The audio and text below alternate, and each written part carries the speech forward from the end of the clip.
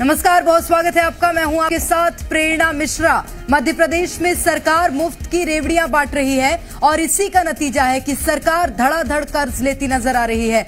सरकार ने एक बार फिर 1000 करोड़ रुपए का कर्ज लिया। पिछले 6 महीने में सरकार 11 कर्ज ले चुकी है। प्रदेश का खजाना खाली है। सरकार पर कर्ज का जाल बढ़ता जा रहा है। बावजूद इसके चुनावी इस साल में जनता को लुभाने के लिए सरकार बैंक से लोन लेने का दौर जारी रखे हुए है। अब तक सरकार पर 3 लाख करोड़ से ज्यादा का कर्ज हो चुका है। बावजूद इसके सरकार नई नई घोषणाएं कर कर्जे के जाल में फंसती जा रही है।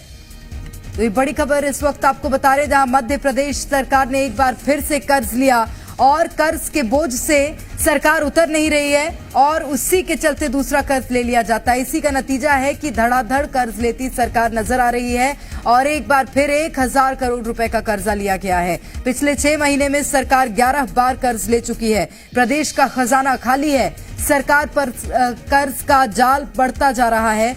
बावजूद इसके चुनावी इस साल में जनता को लुभाने के लिए सरकार बैंक से लोन लेने का दौर जारी रखे हुए है। 6 महीने में कई बार सरकार कर्ज ले चुकी है। 12 सितंबर को रिजर्व बैंक ऑफ इंडिया से कर्जा लिया गया। 6 महीने में 11 बार सरकार ने कर्ज लिया है, जिसके बाद अब कई तरह के सवाल खड़े हो रहे हैं। क्या सरकार मुफ्त की रेवड़ियां बांट रही है? यही कारण है कि इस तरह से मध्य प्रदेश सरकार लगातार कर्ज पर कर्ज लेती नजर आ रही है, क्योंकि एक बार फिर से 1000 करोड़ का कर्ज लिया गया है।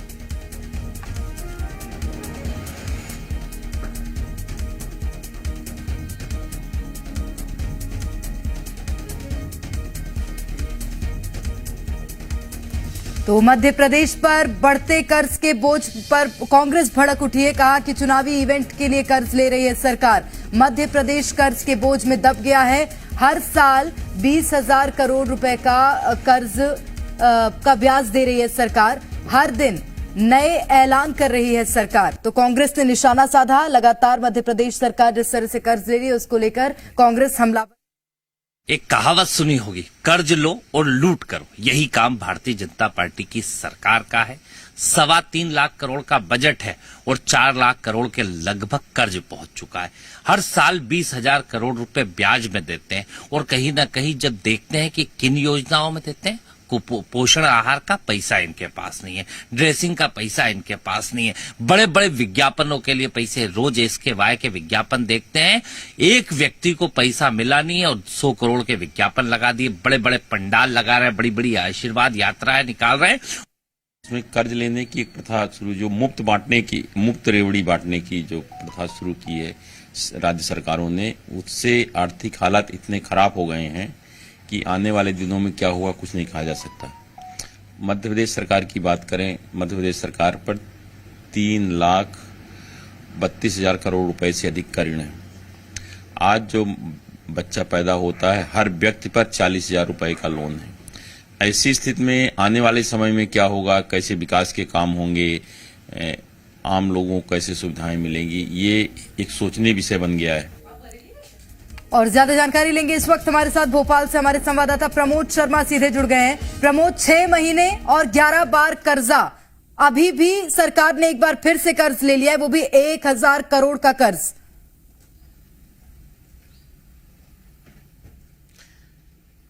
देखिए, ये कर्ज लेने का जो सिलसिला है वो थमने का नाम नहीं ले रहा है और अभी और आगे सरकार कर्ज ले सकती है, ये संभावना जाहिर की जा रही है। और ये जो हमारे सोर्स हैं वो भी यही जानकारी दे रहे हैं, क्योंकि ऐलान हो रहे हैं बैक टू बैक और खर्च बढ़ रहे हैं। और जो आर्थिक जानकार है, जो मध्य प्रदेश को लंबे समय से कवर कर रहे हैं, वरिष्ठ पत्रकार है, उन्होंने चिंता जाहिर की है। हालात चिंताजनक हो गए, क्योंकि मध्य प्रदेश में रेवड़ी कल्चर जो है वो एक्टिव नजर आ रहा है। अच्छा, बीजेपी हो, कांग्रेस हो, जिसकी भी सरकार आई या जो भी सत्ता में रही, उसने ऐलान पे ऐलान किए हैं। देखिए, फिलहाल यदि बात की जाए तो मध्य प्रदेश सरकार ने 1000 करोड़ रुपए का कर्ज लिया है। 16 साल के टेन्योर पर यह कर्ज लिया गया है। मध्य प्रदेश पर यानी एमपी सरकार पर जो कर्ज है वो बढ़कर हो गया है 3,32,000 करोड़ के आसपास। और हर साल हैरत की बात तो ये है कि 20,000 करोड़, देखिए इस कर्ज का ब्याज सरकार भरती है। ये आंकड़े चिंता बढ़ा रहे हैं। और वरिष्ठ पत्रकार कुछ देर पहले मृगेंद्र सिंह कह रहे थे कि मध्य प्रदेश के प्रति व्यक्ति पर 40,000 का लोन चढ़ गया है। ये सरकार के बार बार कर्ज लेने के चलते हुआ है। और कुछ आंकड़े आपको और बताऊंगा, और ये आंकड़े बताएंगे कि एमपी की जो आर्थिक व्यवस्था है और माली हालत है वो बिगड़ गई है। देखिए, बजट 3,14,000 करोड़ के आसपास का था और बजट से 18,000 करोड़ ज्यादा कर्ज हो गया है। इसके अलावा 2,81,660 निश्चित रूप से तो कर्ज पर कर्ज बढ़ता जा रहा है। प्रमोद, मैं लौटूंगी आपके पास। इस वक्त हमारे साथ आर्थिक जानकार जुड़ गए हैं। राजीव खंडेलवाल जी हमारे साथ इस वक्त फोन लाइन पर हैं। राजीव जी, स्वागत है आपका जी मध्य प्रदेश छत्तीसगढ़ में।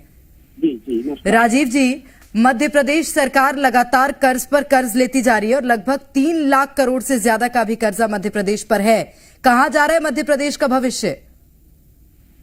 निश्चित रूप से देखिए, कोई भी डेवलपमेंट वाली सरकार होती है तो उसको जनता के लिए पैसे खर्च करने होते हैं, और जो सोर्स होते हैं, जब रेवेन्यू उतनी होती नहीं तो कहीं ना कहीं कर्जे लेने की आवश्यकता होती है। और ये पहली बार शिवराज सिंह की सरकार नहीं ले रही है।